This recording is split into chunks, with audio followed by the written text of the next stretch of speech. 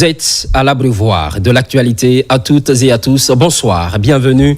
Voici le sommaire. Cet effectif, le chef de l'État a quitté Conakry ce jeudi, accompagné par son épouse et une forte délégation. Première étape, Kigali au Rwanda pour une visite d'amitié, puis le Gabon pour l'investiture de son homologue Brice Clotaire Oligui Nguema. Nous sommes le 1er mai, une date qui rappelle la fête internationale du travail. Le secteur éducatif est valablement représenté à travers le syndicat national de l'éducation. Les efforts du gouvernement sont rappelés, suivis de plaidoiries. Semaine de l'étudiant. Les travaux sont ouverts à Conakry. Les étudiants en pharmacie pilotent l'activité. 2 objectifs sont à rechercher, promouvoir l'excellence et solutionner les difficultés liées à la participation aux différents concours en pharmacie. C'est tout pour le sommaire. C'est officiel. Le chef de l'État a quitté Conakry ce jeudi 1er mai. Il est accompagné par son épouse et une forte délégation. Au programme, une visite d'amitié à Kigali au Rwanda. Par la suite, l'investiture de son homologue Brice Clotaire Oligui Nguema, président élu du Gabon.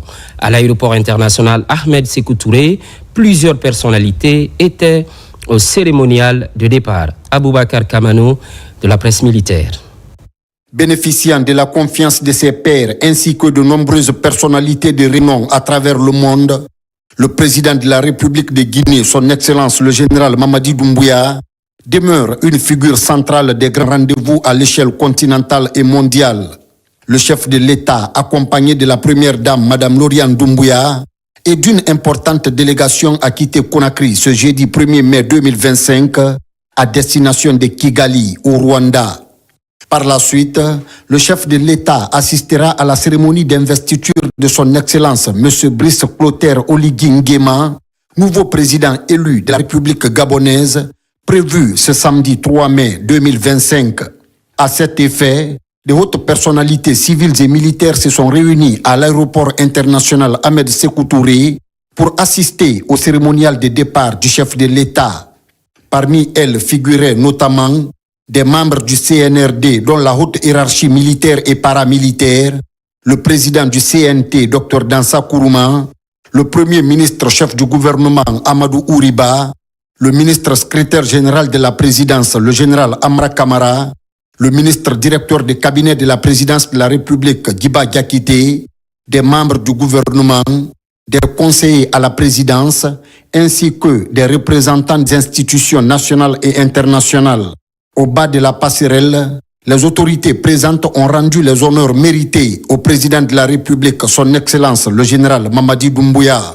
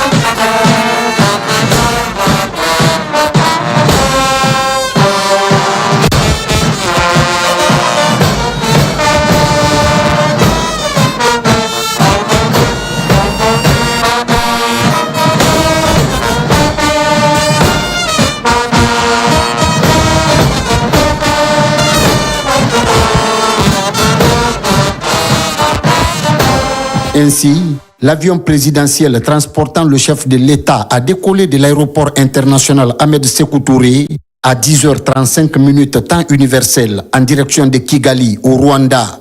Il convient de rappeler que depuis l'avènement du CNRD sous la conduite éclairée de son Excellence le général Mamadi Doumbouya, les relations d'amitié et de coopération entre la République de Guinée et celle du Rwanda sont au beau fixe. Elles ne cessent de se renforcer et de se développer et laissent entrevoir un avenir prometteur, porteur de retombées positives tant pour le peuple souverain de Guinée que pour le peuple rwandais. Sous le leadership de son Excellence le général Mamadi Doumbouya, la diplomatie guinéenne a pris un élan dynamique marqué par des visites bilatérales d'envergure et des accords mutuellement bénéfiques.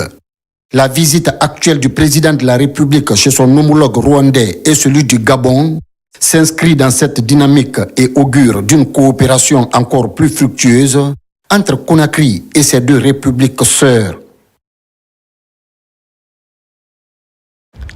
Ce qui, entre autres, concentre l'actualité, nous sommes le 1er mai, fête internationale du travail. La célébration est annuelle. Plusieurs couches sociales ont répondu à l'appel, comme le secteur éducatif, représenté par le syndicat national de l'éducation.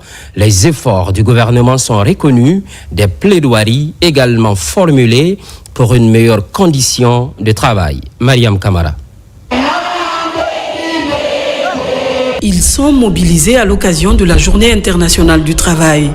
L'intersyndicale de l'éducation, à travers le syndicat national de l'éducation SNE, à ses côtés, les enseignants et enseignantes de Guinée ont tenu à célébrer cette journée sous le thème « Pour la paix juste et durable, pour nos retraites et nos salaires ». Très grande joie d'être là aujourd'hui pour célébrer cette journée de reconnaissance du travail fait par tous les travailleurs du monde, particulièrement en Guinée. Et surtout ici, nous sommes réunis en tant que syndicat de l'éducation. Si on ne s'entend pas, le gouvernement aussi ne va pas essayer de nous aider. Nous appelons tous les enseignants à s'unir, à se donner la main pour avoir notre statut particulier. Les enseignants se disent conscients des défis qui minent l'éducation. Ils saluent les améliorations apportées dans le secteur éducatif. À côté, d'autres attentes sont aussi remontées. Nous célébrons la Journée internationale des travailleurs et des travailleuses du monde d'Afrique et de la Guinée. Et singulièrement les enseignantes et les enseignants de Guinée pour louer, magnifier, glorifier non seulement les efforts faits en termes d'acquis dans la gouvernance actuelle. Nous formulerons des doléances qui vont dans le sens de la révision du statut particulier de l'éducation, de la professionnalisation de l'éducation, de l'adaptation de nos programmes d'enseignement aux réalités socio-culturelles de la Guinée. Et aussi, nous demandons au président de nous aider à avoir des logements sociaux. Cette journée est mise à profit pour un appel à l'unité. La 139e édition de la Journée internationale des travailleurs commémore les acquis du monde du travail. Même ambiance à l'intérieur du pays, les avancées enregistrées sont saluées, mais les défis restent à surmonter. C'est ce qui ressort des différentes prises de parole, la quintessence dans cette compilation de Younoussa Tawel Kamara. À l'occasion de la célébration du 139e anniversaire de la Fête internationale du travail, les travailleurs des secteurs publics et privés de la préfecture de Boké sont aux anges ce 1er mai. C'est ici, à la Maison des Jeunes de la commune urbaine, qu'ils se sont donné rendez-vous pour célébrer cette journée dédiée à la valorisation du travail et de la dignité humaine. Sentiment de satisfaction. Je suis de ceux-là qui ont commencé le combat de la révision de cette convention depuis plus de 10 ans. Aujourd'hui, par la grâce de Dieu, avec l'avènement du président Mamadi Doumbouya au pouvoir, nous avons finalement une convention révisée qui nous permet d'avoir des salaires qui pourront permettre aux Guinéens du secteur des mines de vivre de leur travail. C'est un jour solennel pour nous aujourd'hui de célébrer la fête du 1er mai 2025 ensemble pour que nous puissions échanger des idées pour le développement et le progrès du secteur minier et carrière. La célébration de cette journée a été marquée à l'Abbé, plus précisément dans la commune rurale de Dongol-Sigon, préfecture de Mali, par une forte mobilisation syndicale. Cette année, nous avons voulu donner un contenu particulier à la célébration de la fête du travail en choisissant les grands des grands pour venir reconnaître et remercier ce grand homme qui a su se faire immortaliser de par la grandeur de ses œuvres au sein de sa grande communauté Dongol-Sigon. Même ambiance du côté de Kankan, où les travailleurs se sont fortement mobilisés à travers l'USTG, CONASIG et SIFOG pour donner un cachet particulier à l'événement. Nous ne cesserons de rappeler que le mouvement syndical guinéen fait un appel pressant au gouvernement de la transition pour poursuivre les réformes en cours afin de réaliser notre ambitieux projet Simandou 2040 qui pose les bases solides d'une refondation inclusive et d'un développement ambitieux pour notre pays. À travers ce carnaval géant, les travailleurs de la préfecture de Kissidou célèbrent aussi la fête du travail. Une grande mobilisation pour magnifier les efforts du gouvernement guinéen. Cette journée symbolique est l'occasion de célébrer la dignité du travail, de réaffirmer notre engagement envers la justice sociale et d'appeler au respect des droits des travailleurs dans un climat de paix, de dialogue et de solidarité. À travers ce slogan, ces travailleurs de la région forestière sont mobilisés pour célébrer la journée internationale du travail ici dans la préfecture de Guékédou. L'événement a rassemblé les travailleurs de différentes corporations, mais également des autorités administratives à tous les niveaux. Notre reconnaissance est la sincère gratitude de tous les travailleurs de la région pour le dialogue social, la solidarité et l'unité que vous faites à travers nos communautés. En tout état de cause, notre syndicat, au nom de l'intercentrale CNT et USTG, va œuvrer à vos côtés pour l'aboutissement heureux de vos missions de développement. À présent, lecture de ce décret. Décret D 2025-0063 PRG CNRD SGG portant nomination de haut cadre au ministère de l'Environnement et du Développement durable. Le président de la République, vu la charte de la transition, décrète. Article 1er. Les hauts cadres dont les prénoms et noms suivent sont mis dans les fonctions ci-après.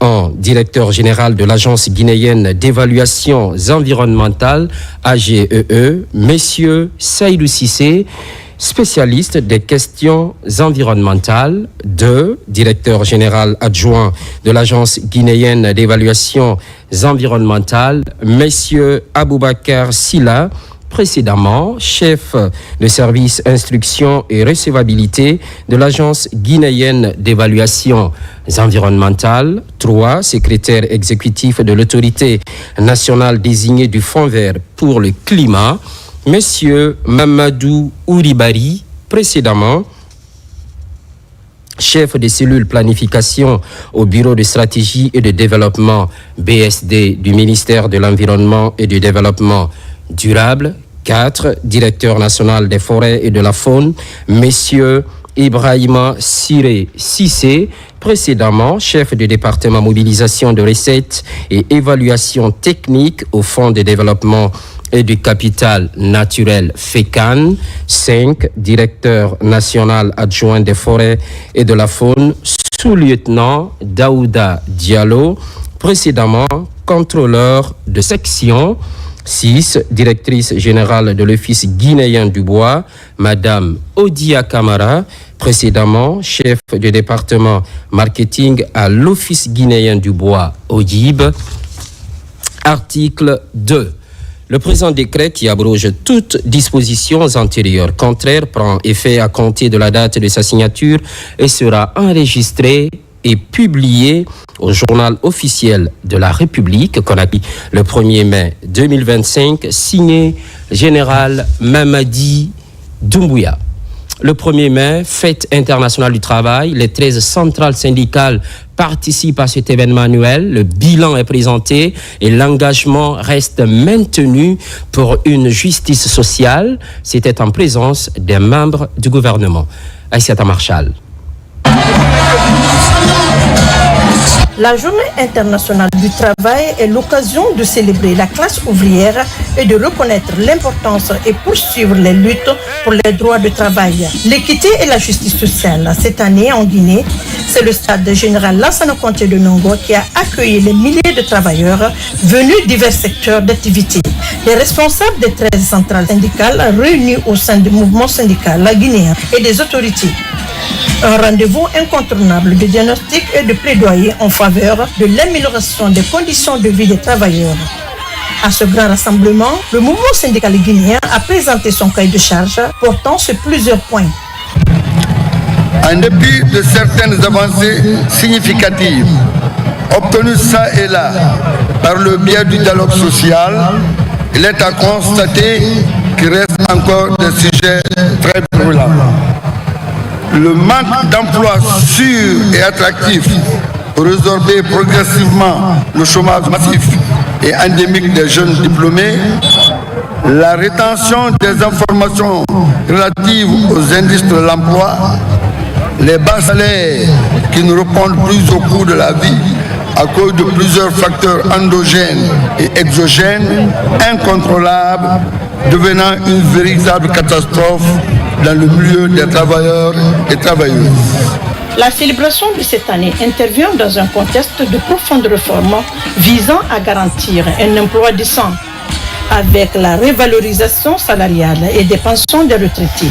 Les travailleurs de l'administration publique ont également eu droit à une prise en charge à hauteur de 80%.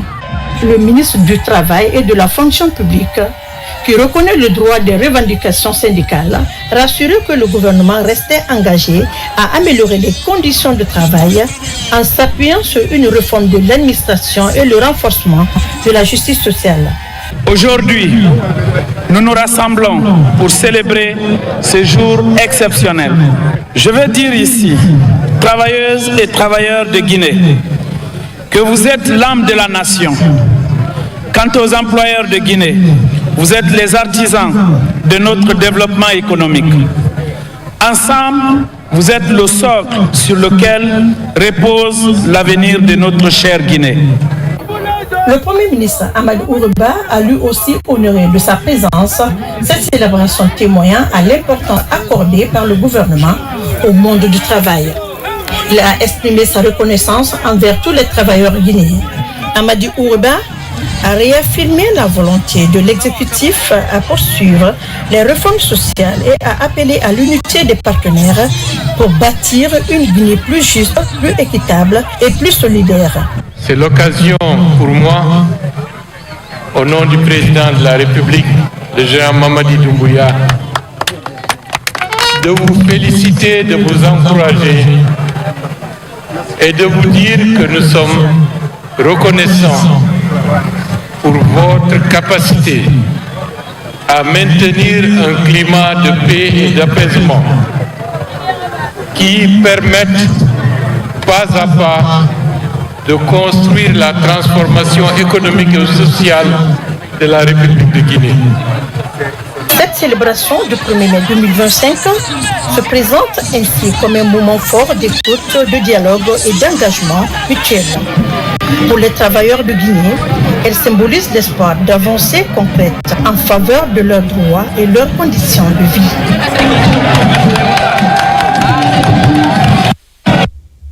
En Suisse, séjourne le garde des Sceaux et son équipe, Yaya Kaira Bakaba, reçoit le représentant permanent de l'Organisation internationale de la francophonie. Les échanges portent sur le renforcement du partenariat. Par ailleurs, le soutien de l'OIF est vivement réclamé lors des prochaines consultations électorales pour le retour à l'ordre constitutionnel. Kerno Younoussaba est à Genève. En marge de l'examen périodique universel, la délégation guinéenne est reçue par la représentation de l'Organisation internationale de la francophonie à Genève.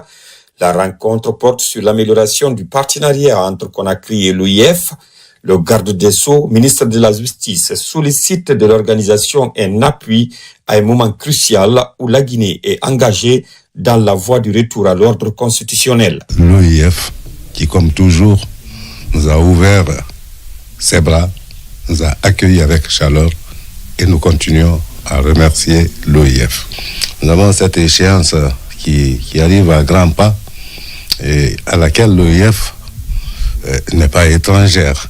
Nous sollicitons son implication si possible, son accompagnement également, puisque le mois de septembre est retenu le 21 septembre pour le référendum constitutionnel.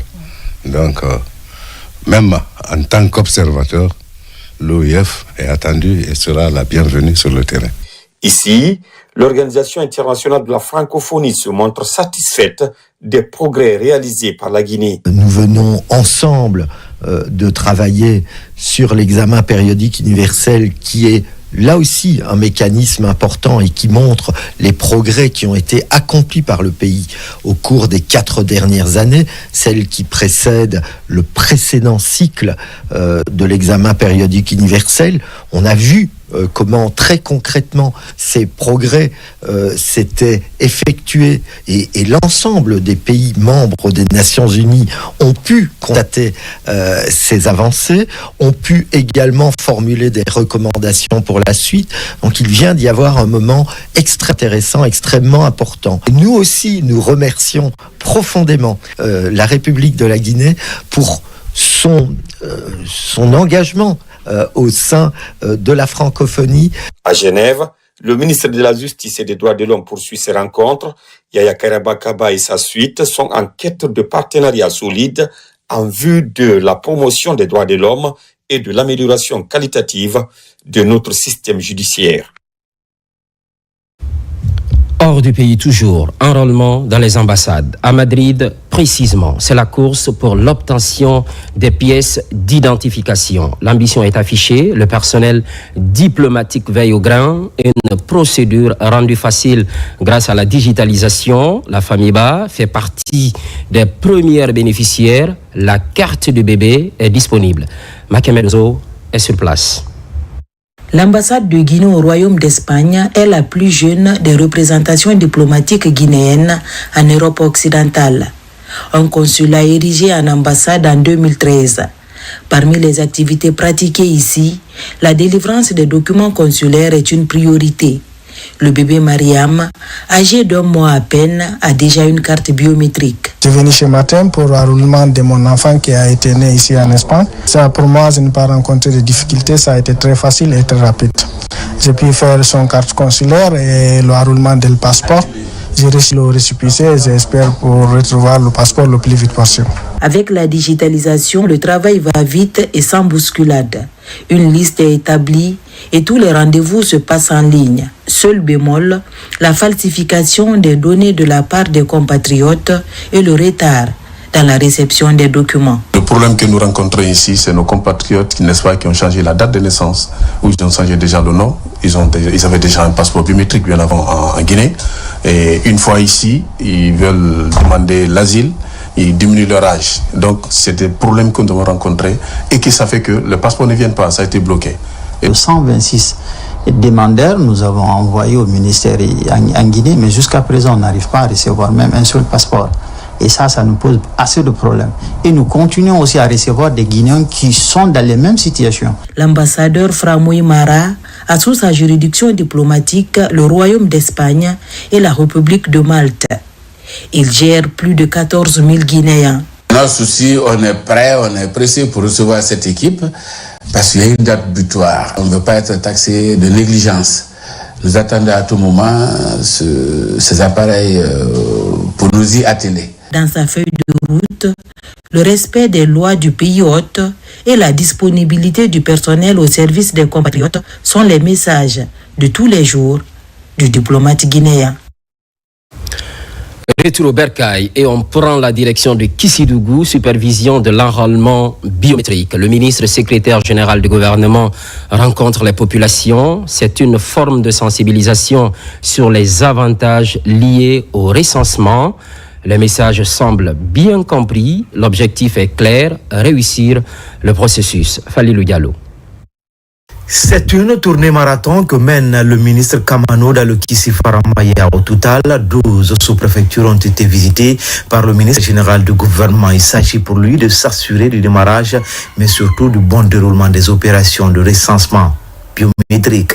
Depuis bientôt une semaine, nous avons rencontré de leur part beaucoup de difficultés liées à la fourniture de documents. Ces difficultés sont en train d'être réglées grâce à l'intervention appuyée du ministère de l'Administration du Territoire et de la Décentralisation avec le concours du ministère de la Justice et des Droits de l'Homme qui a facilité les procédures d'enrôlement et d'obtention des registres que les greffiers et les présidents des tribunaux vont pouvoir régulariser afin de mettre à jour les registres d'état civil qui vont permettre d'obtenir les jugements supplétifs. À travers cet exercice, le gouvernement compte offrir à chaque citoyen un identifiant unique lui permettant d'obtenir facilement les documents et autres titres de voyage. L'idée est de créer une base de données pour mieux élaborer les prochains programmes et projets de développement. Que c'est une base de données pour le développement. Nous avons besoin des écoles. Nous avons besoin des hôpitaux, nous avons besoin des latrines, nous avons besoin des puits. Si vous n'êtes pas recensé, comment l'État va savoir que voici le besoin en ceci, en cela? Donc, ce recensement-là doit répondre à toutes ces questions de développement durable. Nous sommes satisfaits de votre mission et prêtons l'engagement de descendre tous sur le terrain afin qu'il ne reste aucune personne de nos populations qui ne soit pas recensée. Partout, des engagements ont été pris pour accompagner les actions de développement à Kissidougou. Les populations sont plus que jamais déterminées à se faire recenser pour participer aux futures échéances électorales. Pendant ce temps, le ministre Ibrahima Khalil Kondé est à Sigiri. Après la commune urbaine, il poursuit la supervision à Doko et Kourémalé, deux localités à forte densité humaine. La mobilisation est remarquable malgré des difficultés signalées. Amadou Touré. Après la commune urbaine de Sigiri, le ministre de l'Administration du Territoire et de la Décentralisation et sa suite se sont rendus à Doko, une sous-préfecture aurifère à forte densité humaine où les populations attachent une importance particulière à l'enrôlement biométrique pour des enjeux de développement communautaire. Le recensement, ça se passe très bien. Il y a l'engouement, les gens sont motivés. Ça se passe dans la paix, pas de problème. De Doko, le ministre Ibrahima Khalil Kondé a été reçu à Kourémalé, localité frontalière de la République du Mali.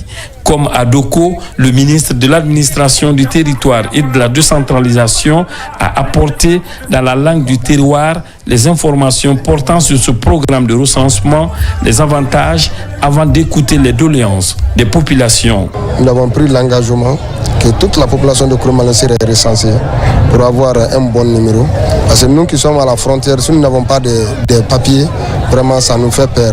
Raison pour laquelle nous avons demandé auprès du ministre de nous aider à avoir des kits d'enrôlement. Des insuffisances ont été relevées par le président de la délégation spéciale et nous sommes restés en place. Nous avons appelé la directrice nationale des affaires politiques et de l'administration électorale pour les prises de disposition. Alors, madame a confirmé la mise en route des matériels qui sont déjà sollicités par la commune rurale. Donc tout va très bien ici. Le séjour du ministre Ibrahima Khalil Kondé se poursuit en tant que membre du gouvernement désigné pour la supervision des opérations d'enrôlement biométrique dans la préfecture de Sigiri. Pour sa part, le ministre Mori Kondé, respectivement, s'invite à Kankan et Mandiana. L'appel citoyen à se faire recenser est véhiculé. Le processus suit son cours normal, ce qui n'exclut pas quelques bémols. Mamadi Terna Kamisoko nous fait le point. Parmi les réformes majeures instaurées par les autorités guinéennes figure la totale autonomie accordée aux différents ministères, EPA et sociétés publiques à passer leur propre achat. Une personne responsable des marchés publics est ainsi installée dans chacune des entités. Après quelques années d'exercice, l'heure est au bilan. Les présentes journées PRMP recensent les acquis et faiblesses avant de proposer des recommandations fortes. La loi 020 a consacré le principe sacro-saint de la séparation des fonctions de passation, de contrôle et de régulation.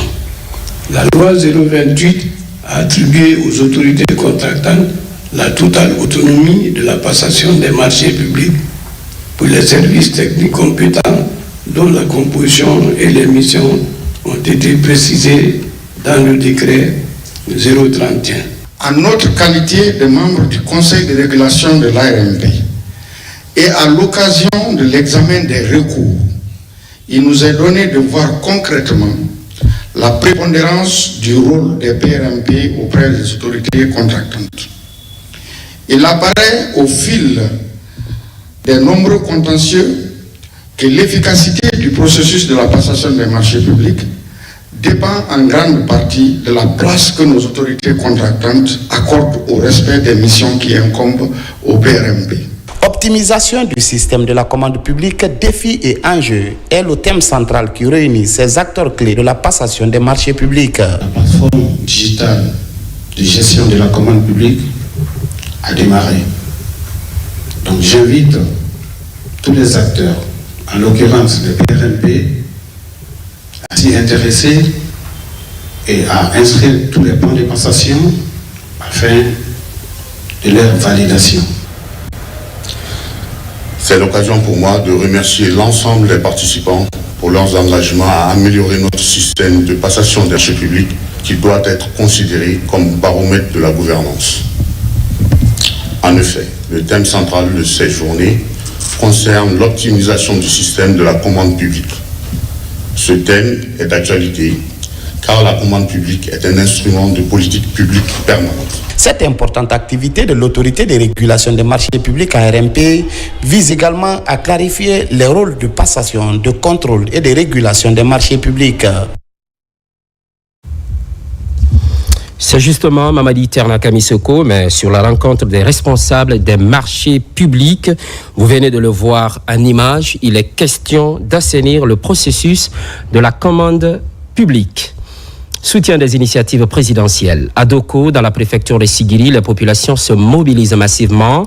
Elles se disent favorables aux réformes socio-économiques prônées par le CNRD. Abdul Karim Kamara. La préfecture de Sigiri ne cesse de montrer sa ferme volonté d'accompagner la vision politique du chef de l'État. Dans la commune rurale de Doko, tout le séquet est sorti pour exprimer son attachement aux idéaux des autorités du CNRD. Ici, le conseiller Fodé Amadou Fofana, alias Papa, s'offre un bain de foule. La population de Doko réitère une fois de plus son engagement indéfectible pour accompagner et soutenir la politique et les initiatives de refondation et de réforme engagées par le président de la République. Le général Mamadi Doumbouya et son gouvernement font des travaux visibles partout. Ils doivent savoir qu'on est derrière eux. Tout ce qui est derrière le président de la République. Un seul appel, que tout le monde s'aligne sur le programme Simandou 2040 pour une transformation positive de la Guinée.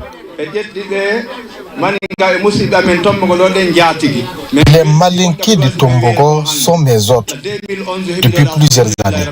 Tout va bien entre nous et la prise de pouvoir par le général Mamadi Doumbouya a renforcé cette cohésion sociale.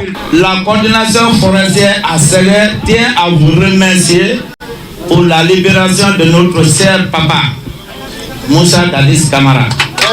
Et si pour être à Dieu, le général a commencé. Nous sommes derrière lui jusqu'à la fin de son mandat. Nous sommes dedans. Boukama. Dans une ambiance festive, on peut lire partout sur les pancartes Doumbouya ou rien. Des prières et bénédictions sont dites pour souhaiter une santé de fer au président de la République, mais aussi en faveur de la paix et de l'unité nationale. La mobilisation de la diaspora guinéenne s'accentue également aux États-Unis.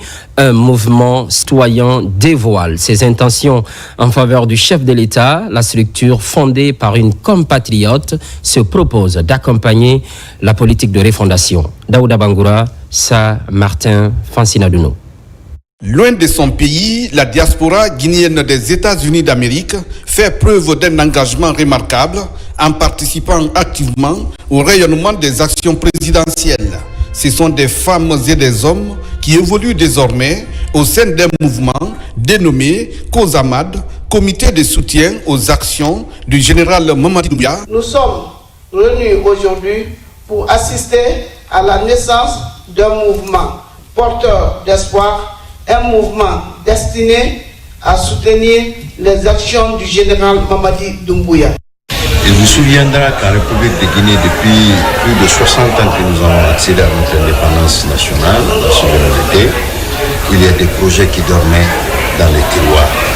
Il a fallu l'arrivée de ce tome du 5 septembre 2021 pour que ces différents projets puissent avoir le jour. Le COSAMAD incarne une volonté nationale d'accompagner le processus de transformation engagé par le président de la République. Il se veut une véritable plateforme qui va fédérer les Guinéens de l'intérieur et de l'étranger autour d'un idéal commun. Le président Doumbouya, par son courage, sa vision et sa détermination, a ouvert une nouvelle page de notre histoire.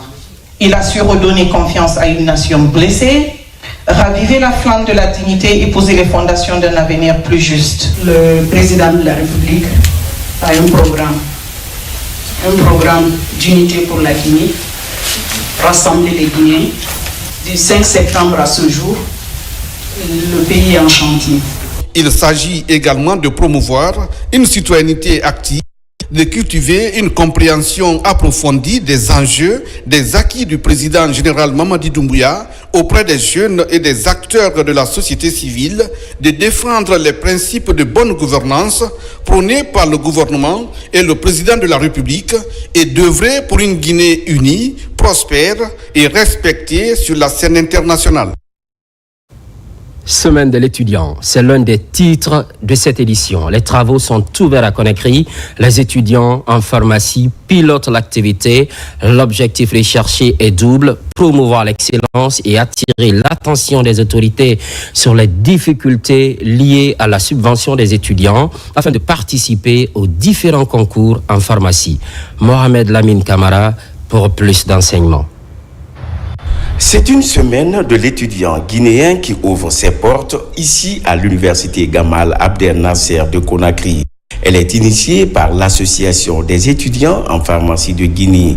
Une série d'activités est au rendez-vous pendant les 7 jours dédiés à l'étudiant guinéen en pharmacie. L'une des motivations pour lesquelles nous avons organisé cette semaine est d'abord de promouvoir donc l'excellence à travers donc nos différentes activités qui sont là. Nous avons donc des compétitions interuniversitaires où les 3 universités compétissent à travers donc des concours et également nous avons donc des activités culturelles et sportives également lors de l'activité. C'est une occasion qui permet de mettre en contact les acteurs déjà dans le domaine de la pharmacie et également les étudiants qui sont au niveau universitaire afin qu'ils puissent déjà tracer une carrière vers laquelle ils peuvent aller. Avec pour thème la pharmacie au cœur des crises sanitaires, défis et innovations.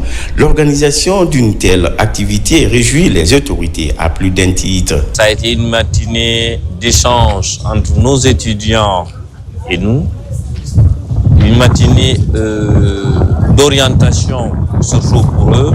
Les pharmaciens doivent jouer pleinement leur rôle parce que la bromatologie et l'hydrologie relèvent de leur ressort. Je voudrais profiter de cette occasion demander à l'ensemble des autorités de notre pays de supporter effectivement les étudiants dans l'organisation de cette semaine. Je profite aussi de la même occasion d'encourager ces étudiants et de poursuivre vraiment ce programme. Au cours de cette semaine organisée à l'honneur des étudiants guinéens, l'Association des étudiants en pharmacie de Guinée a mis cette occasion à profit pour attirer l'attention du département en charge de la santé et les autorités de l'enseignement supérieur pour l'obtention des subventions leur permettant de pouvoir participer aux compétitions internationales sur la pharmacie, le concours africain des étudiants au Zimbabwe, par exemple.